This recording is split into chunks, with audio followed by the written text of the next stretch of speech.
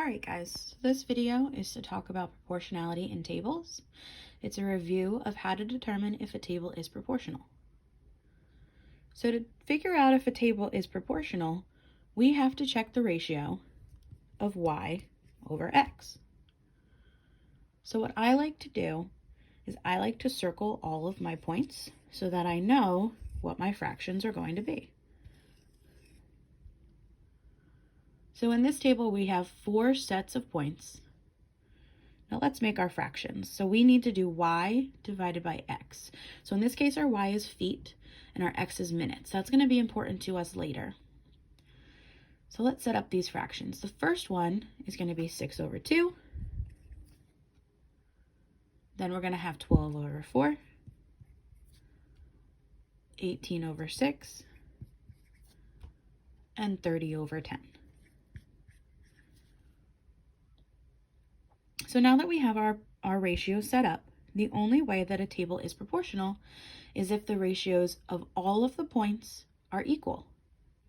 So we have to simplify these fractions that we have. So 6 divided by 2 is 3. 12 divided by 4 is 3. 18 divided by 6 is 3. And 30 divided by 10 is 3.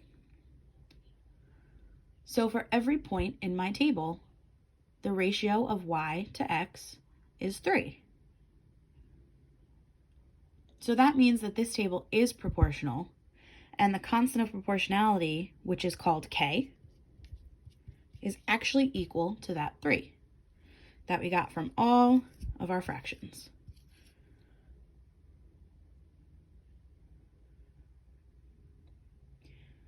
So what we do with this information is we can use it to write an equation that'll help us figure out other values that are missing in the table. So the equation always looks like y equals kx when we're talking about a table that is proportional.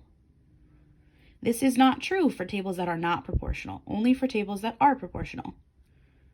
So since we determined that this table is proportional because the constant is 3, we can replace that k with 3 in the equation. So we have y equals 3x. Now we can use that equation to help us determine other values in the table. But first we have to think about, what does that equation mean? So we talked about our x is minutes and our y is feet. So what this is saying is that the number of feet is equal to 3 times the number of minutes. So it's telling you you're going to go 3 feet per minute.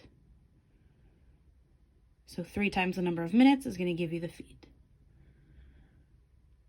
So now if you were asked, well, how far would you go in 5 minutes? Because 5 is missing from our table. They went from 4 to 6. What I would do is I would plug 5 in for x, because x is minutes. So I would have y equals 3 times 5.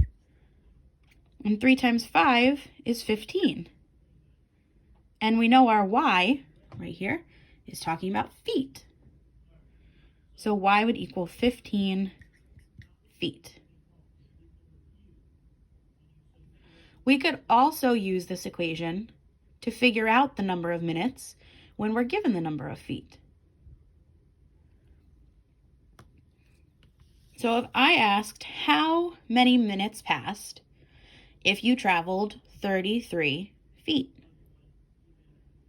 well, we would replace our y with 33, so we have y equals 3x, replace our y with 33, set that equal to our 3x.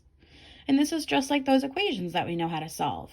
To get x by itself, we divide by 3. So we would get x equals 11. And what does our x represent? Minutes. So we would have 11 minutes. So after we figure out if a table is proportional or not, we can write this equation, y equals kx, and then use it to figure out other numbers that fit into our table. That's only if our table is proportional. So let's take a look at another example. Here's another table. Now let's determine if this table is proportional. So to figure out if the table is proportional, I have to use my ratio, y over x, and I'm going to do that for all of my points in my table. So to go in order, I have 10 over 2, 16 over 4, 9 over 3, and 12 over 6. Let's simplify these. 10 divided by 2 is 5, 16 divided by 4 is 4, 9 divided by 3 is 3, and 12 divided by 6 is 2. So for these ratios, we got 5, 4, 3, and 2. 5 is not equal to 4, not equal to 3, and not equal to 2. So across the board, these are not equal to one another. So that would mean that this table is not proportional, because the ratios do not have the same value. There is no constant of proportionality. So for this table, we wouldn't be able to write that equation because we don't have a k value. Hope this video helps. Leave us a comment if you still have some questions.